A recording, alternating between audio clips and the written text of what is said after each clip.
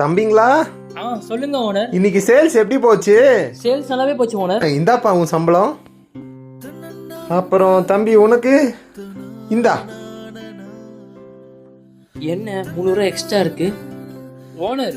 300 ரூபா சம்பளத்துல அதிகமா இருக்கு. 300 ரூபா எக்ஸ்ட்ராவை தானே கொடுத்துருக்கேன். பரவாயில்ல, வச்சுக்கோப்பா. அது இல்ல ஓனர், 3 நாளைக்கு முன்னாடி சுத்தமா வியாபாரமே இல்ல. இருந்தாலும் எங்களெல்லாம் மதிச்சு நீங்க சம்பளம் பிடிக்காம காசு கரெக்டா கொடுத்தீங்க. இப்போவும் எங்களுக்கு நீங்க எக்ஸ்ட்ரா கொடுத்தீங்கன்னா கட்டுப்படி ஆகாது. காசு சேர்த்து வச்சு நான் என்னப்பா பண்ண போறேன்? இருக்கும்போது உங்களை நல்லா கவனிச்சுக்கிறேன். வச்சுக்கோங்க. ரொம்ப சந்தோஷம் ஓனர். பா. டேய், உனக்கு அறிவு இருக்கா இல்லையாடா? அவர் தான் எக்ஸ்ட்ரா காசு கொடுக்குறாருல, மூடிட்டு வாங்கிக்க வேண்டியதானே. சீன் போட்டுட்டு இருக்கியா?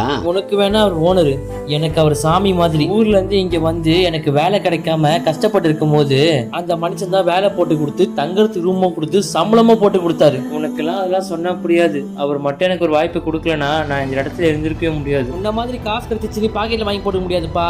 கொஞ்சமாவது விசுவாசமா இருக்கணும்ல.